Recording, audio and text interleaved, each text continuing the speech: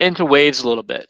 So I'm just going to keep kind of motoring through this. It's going to be a lot of information, but you're going to have access to this later, and I'll send you the slides as a PDF so you can kind of go through these scenarios later too and ask questions. You can hit me up with questions later. So waves. So a little bit about waves. So waves, we have wavelength is the distance between waves. That's important if we're paddling in it. If that wavelength is short, we have a lot of chop, hard to stand up in. If it's nice and wide, it's like those nice big rollers that we can get sometimes, then we're just kind of roller coastering along. So wavelength gives us an idea of what's our experience going to be. The height of the wave, so the bottom of the wave is the trough. Oop, bottom of the wave is the trough. I keep clicking the wrong screen. Top of the wave is the crest.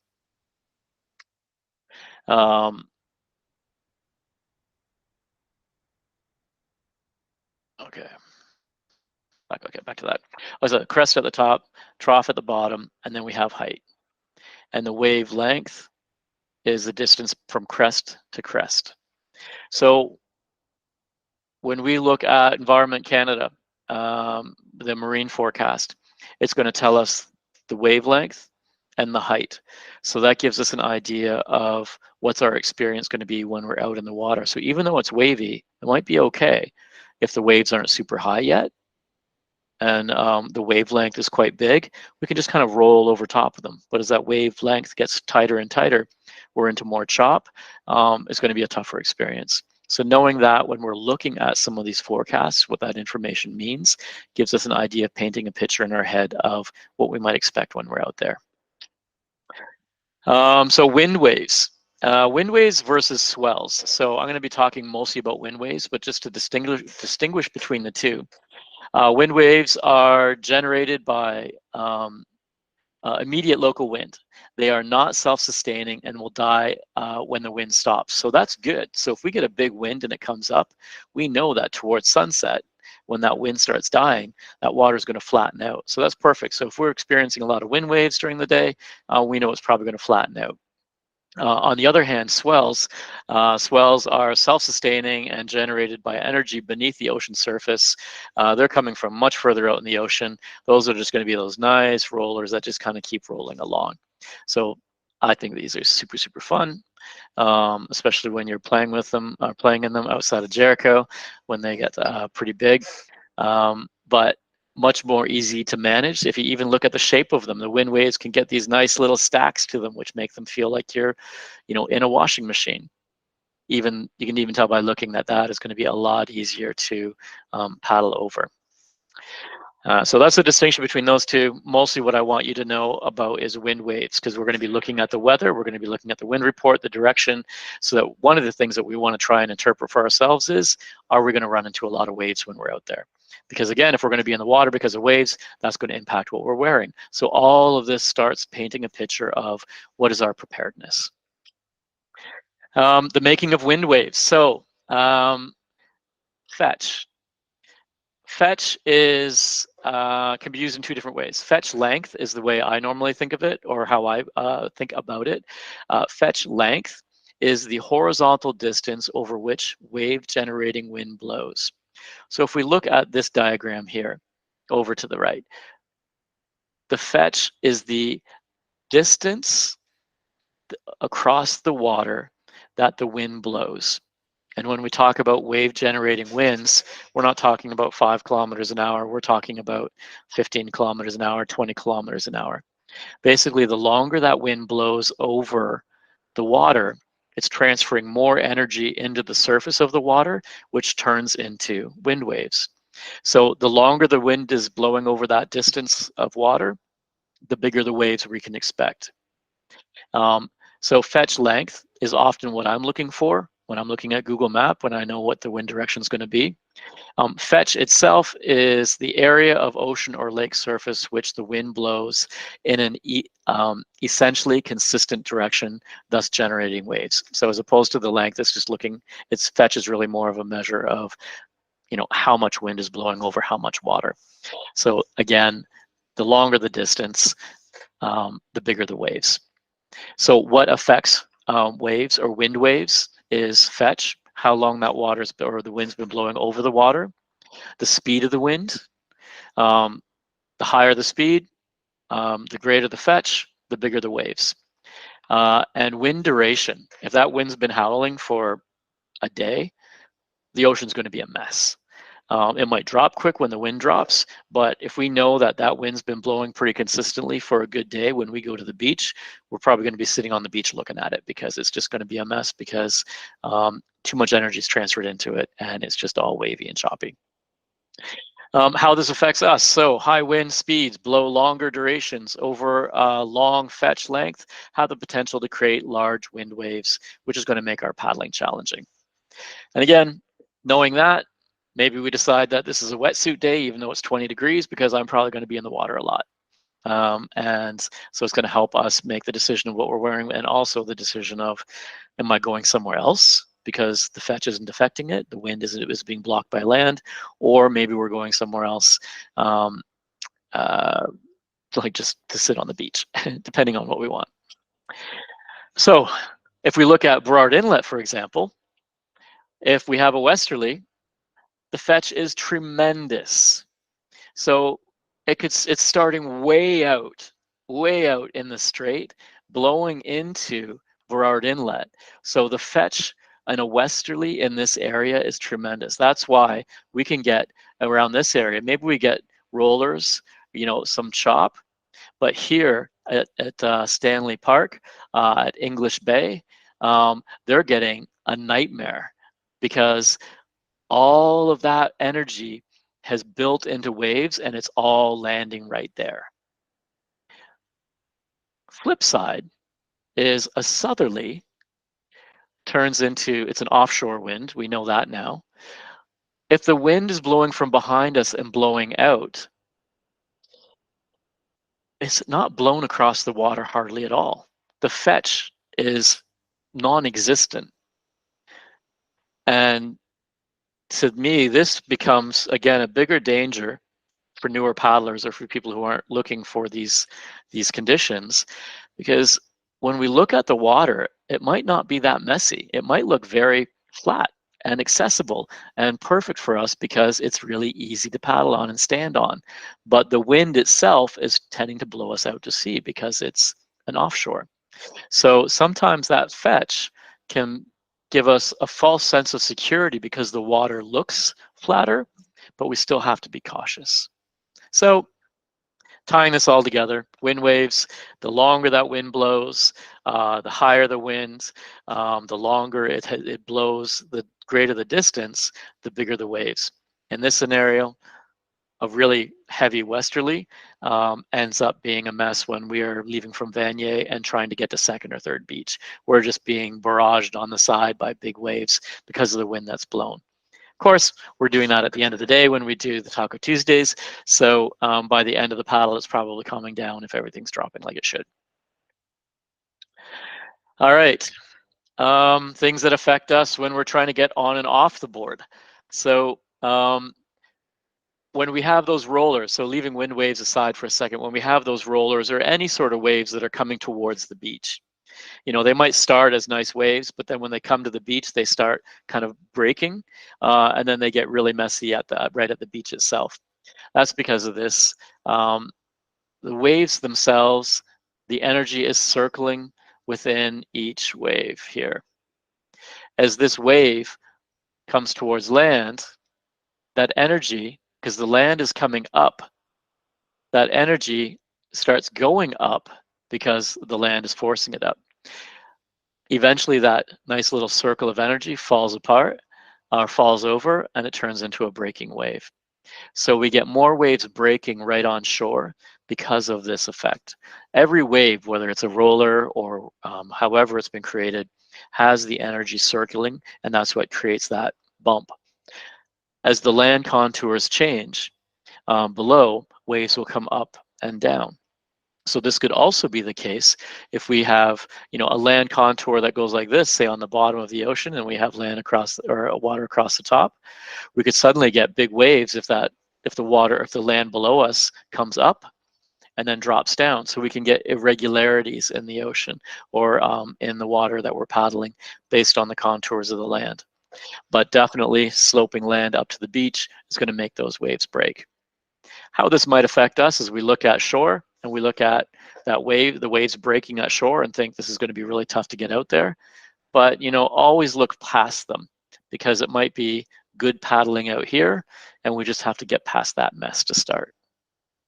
But just understand that that's how waves move, and land changes underneath, or ocean bottom changes, lake bottom changes, will change the effects of those waves and turn them into breaking waves.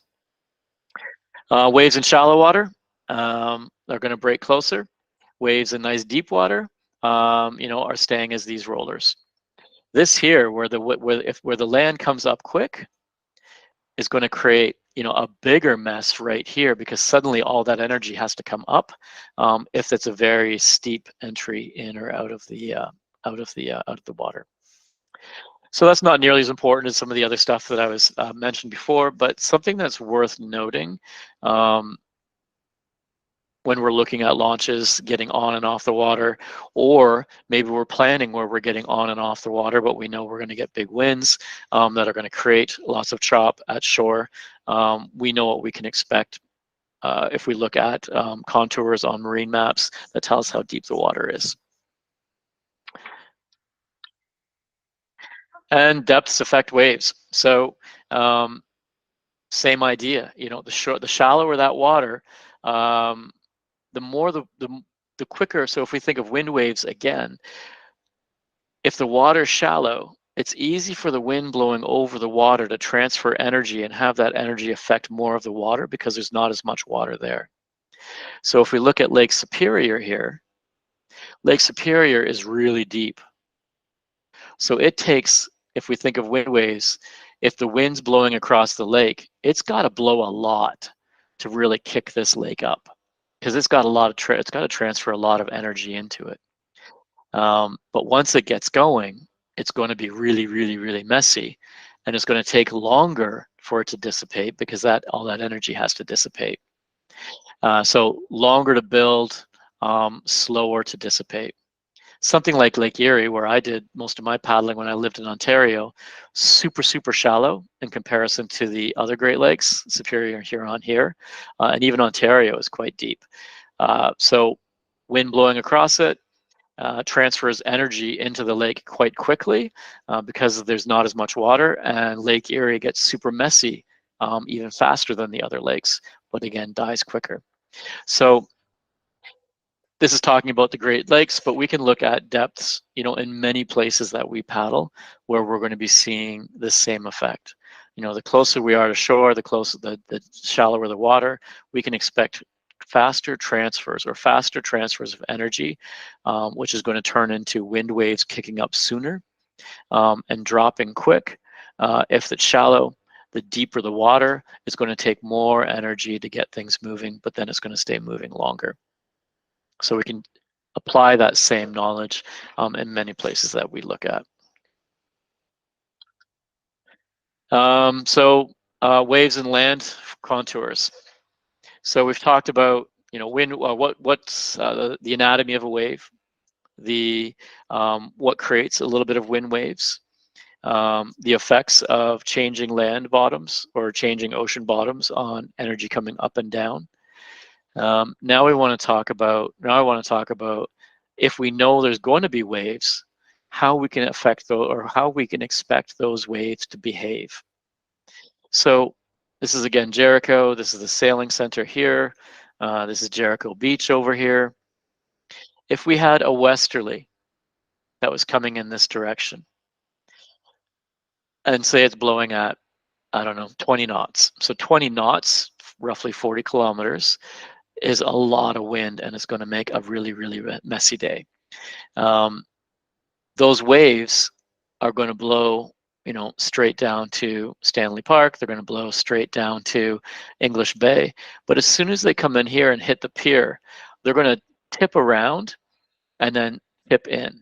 So depending on how much power they have, land formations can change the direction of the waves. So waves here, quite often, the stronger they are, the bigger the wind, they're going to land right here. and so we're going to have it messy in through here, but we might find a nice little wind shelter or wind shadow here because the pier is giving us a wind shadow. Same as this land formation here. As that wind blows by, if it's really howling by, it's eventually going to tip in here, but we might be able to find a little wind shadow here, and then the same down here. So we can look at our maps again and look at, land formations to give us an idea of, am I going to be able to find a shelter point?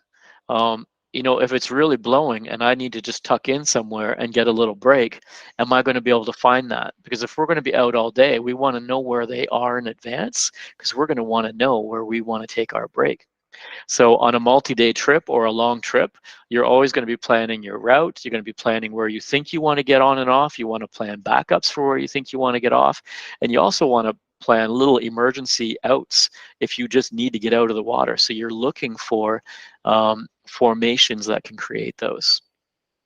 So with the land contours, it can change the direction of the waves, but it can also give us little shadows from the wave.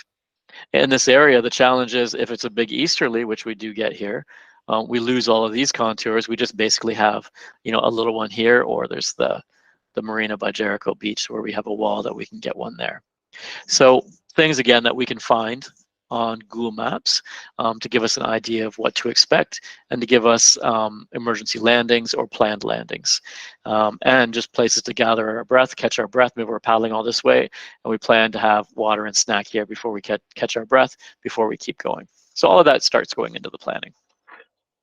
So being aware of those and looking for those in advance is helpful. Waves, land contours. So this is again that the idea of the wind and waves speeding up as they narrow. So as we come into False Creek, this wind or the water speed can pick up a little bit, but more so what we're actually going to see is if these waves are blowing straight across, they're going to hit Sunset Beach and then go back and forth and back and forth and back and forth. So what we get here, I always call this a washing machine. If you've ever come out of Vanier Park on those really windy days, especially when you're rounding here, right around what's that, Hayden Park, or around the marina or the Maritime Museum, we often get bounce back here. So if we're too close to this wall, the land formation in this case takes the waves and they bounce back and forth. So we might have a wave that hits it, and then so we might get a wave off of our right shoulder, and then that wave is going to bounce back at us and come off of our left shoulder. So we get these peaks from side to side. That washing machine effect where it's really, really hard to stand. So when we know there's going to be a big wave or a big wind, we know that areas like this are going to be very unsettled and hard to paddle through. So land formations can make it more challenging for us, and land formations can also give us emergency outs or good landing places when we look for them. The other thing is bridges. So False Creek, this is Burrard Street Bridge. Very, very hard, flat, straight bases on the bridge supports here.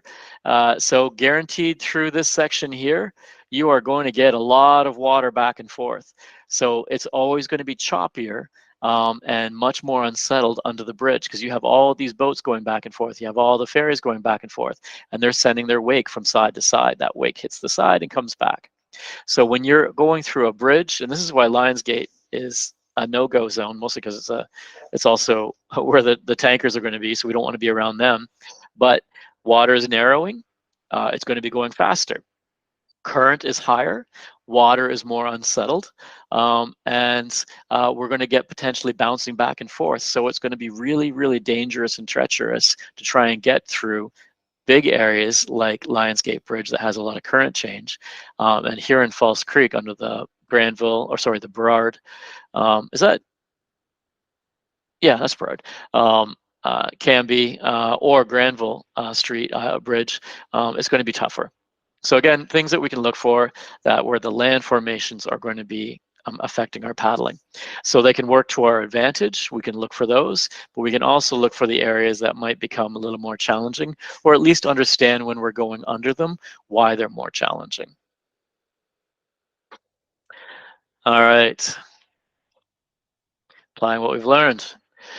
So we have a weather forecast of 25 degrees. It's 1:30 p.m. Wind is 25 kilometers per hour out of the west. Wind gust is 35. That's a lot of wind. At 6:30, it drops to 5 kilometers, gusting at 10. So we're planning on going paddling at 7:30. So we have warm day. I didn't put water temperature on here, but we have howling winds in the middle of the day, dropping down consistently out of the west. What do we expect? We can expect that maybe by midday, there's just going to be an crazy amount of wind waves. There's going to be wave activity through the entire area that is going to be significant and challenging to paddle in. By 7:30, once it starts dropping, we're still going to see residual waves. We're still going to see residual chop, but it's going to be dropping. And at 7:30, it might be paddleable. Definitely, if we're out for a couple hours, by the time we come back after sunset, it's probably really going to be flattening out. So we're probably okay. Next scenario is 25 degrees Celsius, 1:30 in the afternoon, 15 kilometers an hour out of the south, 25 kilometers gusting. So that is a big offshore. Oops, I changed the speed here, but not here. Pretend this is a 25 here. So that's a big offshore breeze with a big gust. Or so it's a good size offshore wind with a big gust. If we're going paddling at 2, we're going to be in the height of the day, so we're going to be in that full wind usually. With the wind coming from the south, fetch is small, so water might be flat-ish, looks safe, but we'll have a potentially substantial offshore breeze. So paddle plan here would be paddling horizontal across shore, and making sure we maintain our environmental awareness to make sure we're not accidentally blowing out. And similar scenario, except with onshore breeze. Here we're going to be seeing much more chop because it's coming from the north. 25, again, I forgot to change this. We're going to see a lot of waves on where we're launching here, if we're launching from Jericho Sailing Center, because we have a longer fetch. So it's going to be landing here. So we're going to see these waves. So at 2 o'clock in the middle of the day, it's going to be pretty choppy. So if there's an there's an onshore wind, paddling will be out. Sorry, we can paddle out and then take the wind, ride the wind back in. But we're going to have a much more challenging time out there. 25 degrees, if the water is also warm, then maybe we're going to wear something relatively light. But at 15 kilometers an hour west with 25 gusts, there's, higher chances that we're falling in. So we just want to be mindful of that. And really quick, 25 C, 1:30 p.m. winds 15 southwest. Here we are. Oh, this is Ontario. This is Port Stanley. So this is one that I thought was interesting to leave in. So this is one of the Great Lakes. This is often where I would go paddling. Port Stanley, there is a beach here. There's a big pier here. And more often than not, the wind is a southwesterly. So, but notice in the bottom picture here, southwesterly has a huge fetch because it's blowing across a tremendous, like a really large amount of that lake. So by the time it hits here, we have high waves, lots of chop. Even with this wind here, we're going to have a messy day. And then because it's hitting the pier, it's bouncing back and then hitting more waves. So we often get a lot of a washing machine in through here. So it can be really, really challenging paddling. Flip side of that is over on this side. It's beautiful and smooth. So we pick which side we go on. But here's an example of direction, fetch making a mess. And by looking at the area and knowing what to expect, we're going to paddle over here and it's going to be flatter. So this probably seems like a lot of repetition, but hopefully it starts, becoming muscle memory and something that you just start thinking of over and over and over again.